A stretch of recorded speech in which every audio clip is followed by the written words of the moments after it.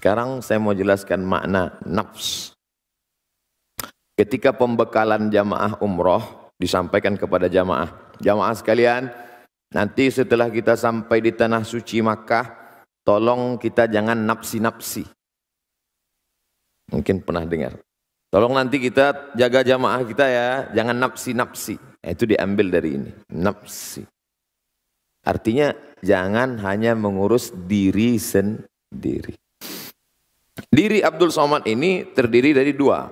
Satu yang kelihatan, satu yang tidak kelihatan. Yang kelihatan itu disebut ada doa.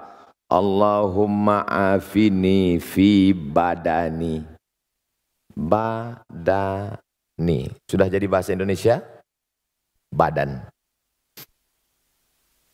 Tidak sama dengan badan penanggulangan narkoba. Allahumma afini fi badani. Badan, ini yang kelihatan. Ada yang tidak kelihatan, itu yang disebut dengan roh. Roh tak kelihatan. Roh. Sudah jadi bahasa Indonesia juga. Badan yang kelihatan. Roh tidak kelihatan. Ketika bersatu badan dengan roh, disebut dengan nafs. Maka diri Abdul Somad. Jadi kalau bahasa Arabnya, saya mau memperkenalkan diri saya. I want to introduce myself. Saya mau memperkenalkan diri saya. Nafsi. Uridu an u'arrifa nafsi. Self. Diri kita. Kita tidak disebut diri kalau hanya ruh saja.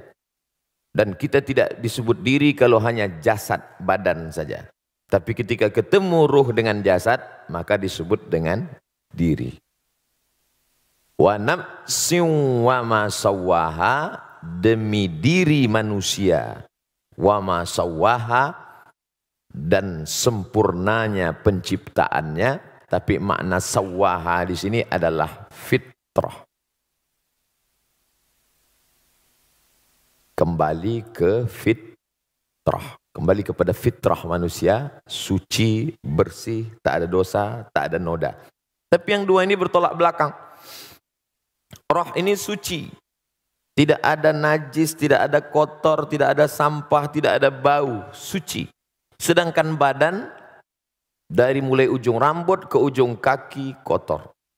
Ujung rambut, kulit kepala, ketombe. Ujung kaki, tumin Anda retak-retak, pakailah pelembab. Dari ujung rambut sampai ujung kaki. Badan manusia ini kalau tidak dikasih parfum, tidak dikasih wangi-wangian, ini kotor. Sedangkan ini suci.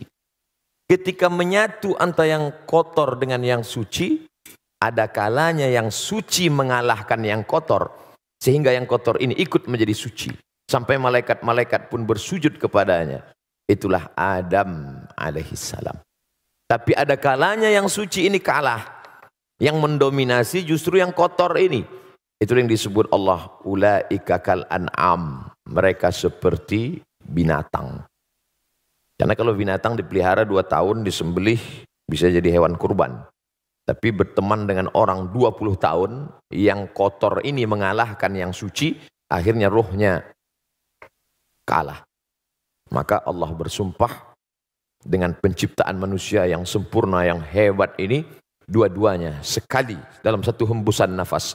Wa nafsin wa ma sawwaha, demi penciptaan manusia dan sifat asli bawaannya adalah baik, suci, bersih. Lalu kita lanjutkan ayat berikutnya. Allah beri 2 jalan. Fa'alhamaha fujuraha wa taqwaha. Lalu Allah jelaskan. Alhamaha bayyana. Artinya jelas. Apa yang dijelaskan Allah Subhanahu wa taala? Ada 2 jalan. Satu negatif, satu positif. Fujur khair. Khair baik. Takwa, oh salah, terbalik. Makanya kalau ustadz salah dikasih tahu. Ustadz juga manusia. Masa negatif baik Pak Ustadz? Negatif kan tak baik. Nanti sebelum diupload, diedit dulu. Enggak, biarkan aja apa adanya. Fujur negatif, tidak baik. Tidak baik bahasa Arabnya syar. Syar, jelek. Tidak baik. Sedangkan takwa khair. Baik. Positif, baik. Negatif, tidak baik.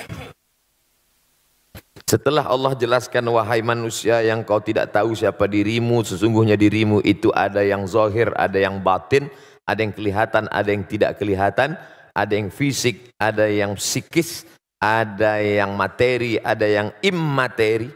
Itu sebetulnya istilah-istilah saja. Ada namanya fisik, ada namanya metafisik, ada namanya zahir, ada namanya batin. Zahir bahasa Arab, zahir artinya pundak, ini zahir. Batin artinya perut. Perut kelihatan, pundak kelihatan, tidak kelihatan. Zahir kelihatan, perut tidak kelihatan. Apa maknanya? Fisik zahir kelihatan, metafisik batin tidak kelihatan. Karena kalau kita pergi, saya pergi dulu, maka yang kelihatan adalah pundak. Perut tidak kelihatan karena kita sedang pergi. Terima kasih, saya pergi dulu, yang kelihatan pundaknya. Maka disebut zahir, batin yang tidak kelihatan. Manusia ini begitu juga. Yang kelihatan badan, yang tidak kelihatan rohnya. Fisik, metafisik. Zahir, batin. Material.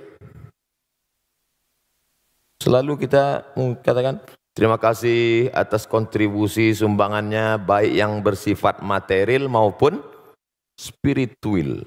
Material, spiritual, spirit. Ini hanya istilah-istilah semata. Tapi intinya ada yang ada nampak. Bisa dilihat oleh mata, bisa diraba oleh panca indera, bisa dirasa oleh tangan, bisa dicicipi oleh lidah, fisik, zahir, material. Yang tidak bisa ditangkap oleh panca indera, metafisik, batin, spirit. Agama bercerita tentang ini. Allah Subhanahu wa taala yang menjelaskan ini. Karena mati-matian para filosof barat itu menjelaskan, kata dia, yang tidak bisa dilihat oleh mata, kalau tidak bisa disentuh oleh tangan, tidak bisa ditangkap oleh panca indera, maka dia tidak ada.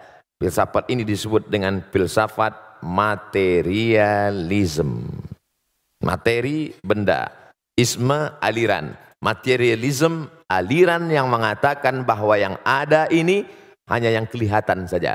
Maka yang tidak kelihatan tidak ada. Sorga tidak ada. Roh tidak ada. Malaikat tidak ada.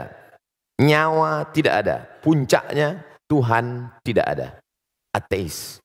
Tapi sebetulnya dalam relung hatinya yang paling dalam, dia mengakui itu malu-malu. Kapan? Ketika pesawat mulai goncang. My God. Sebetulnya ini bohong aja, dia bilang Tuhan nggak ada. Mungkin dia tidak percaya agama, tapi sebetulnya dia percaya Tuhan. Karena bahasa Tuhan itu sendiri dimunculkan oleh agama, akhirnya dia mau buat sendiri. Siapa nama Tuhanmu? X. Payah sekali kalau punya Tuhan X. Oh, X. Kita diajarkan, Ya Rahman, Ya Rahim, Ya Malik, Ya Kudus, Ya Salam, Ya Mu'min, Ya Muhaimin, Ya Aziz. Siapa yang mengajarkan nama itu? Allah. Kepada siapa? Muhammad SAW. Melalui siapa? Jibril alaihissalam. Dari mana Ustadz dapat ayat ini? Dari guru ngaji saya. Guru ngaji Ustadz dari siapa? Dari guru-guru-gurunya sampai ke sahabat Nabi, sampai ke Jibril, sampai ke Allah Subhanahu wa taala. Diajarkan. Jangan bayangkan Quran itu turun dari langit, kertas jatuh. Quran itu adalah suara yang didengar oleh Muhammad sallallahu alaihi wasallam dari Jibril.